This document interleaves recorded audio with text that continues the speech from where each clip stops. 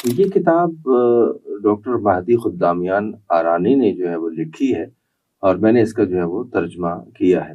Karbala के अंदर तो जो इमाम हुसैन अलैहिस्सलाम के जो असहाब हैं उनकी तो जिसे कहते हैं कि नज़ीर भी जो है वो न मिली है न मिल सकती है। दुनिया वाला कोई काम भी नहीं है।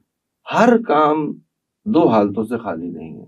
या वो खुदा की रजा के लिए है, हलाल मोहम्मद को हलाल समझना अल्लाह और उस पर अमल करना, और हराम मोहम्मद को हराम समझना और उससे अपने आप को बचाना।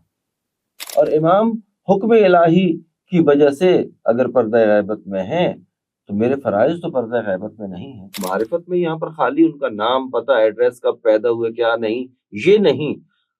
नबी और इमाम आपको खुदा तक पहुंचाता है। ये जो इंतजार और गैबत का जमाना है, ये हमारे अंदर बेदारी पैदा करे, ये हमारे अंदर तहर्रुक पैदा करे, जमूद पैदा ना करे। या रसूलल्लाह, हम आपके साहबी नहीं, हम आपके भाई नहीं हैं? क्या हम आप पर ईमान नहीं लाए? हमने आपके साथ जंगों में शिरकत नहीं की? क्या हम हमेशा आपके साथ नहीं है?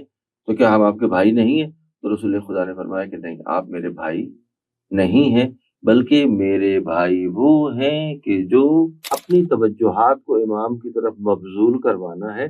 कहीं दूर नहीं है इमाम, हमारे हमारे अपने दिल के अंदर मौजूद है।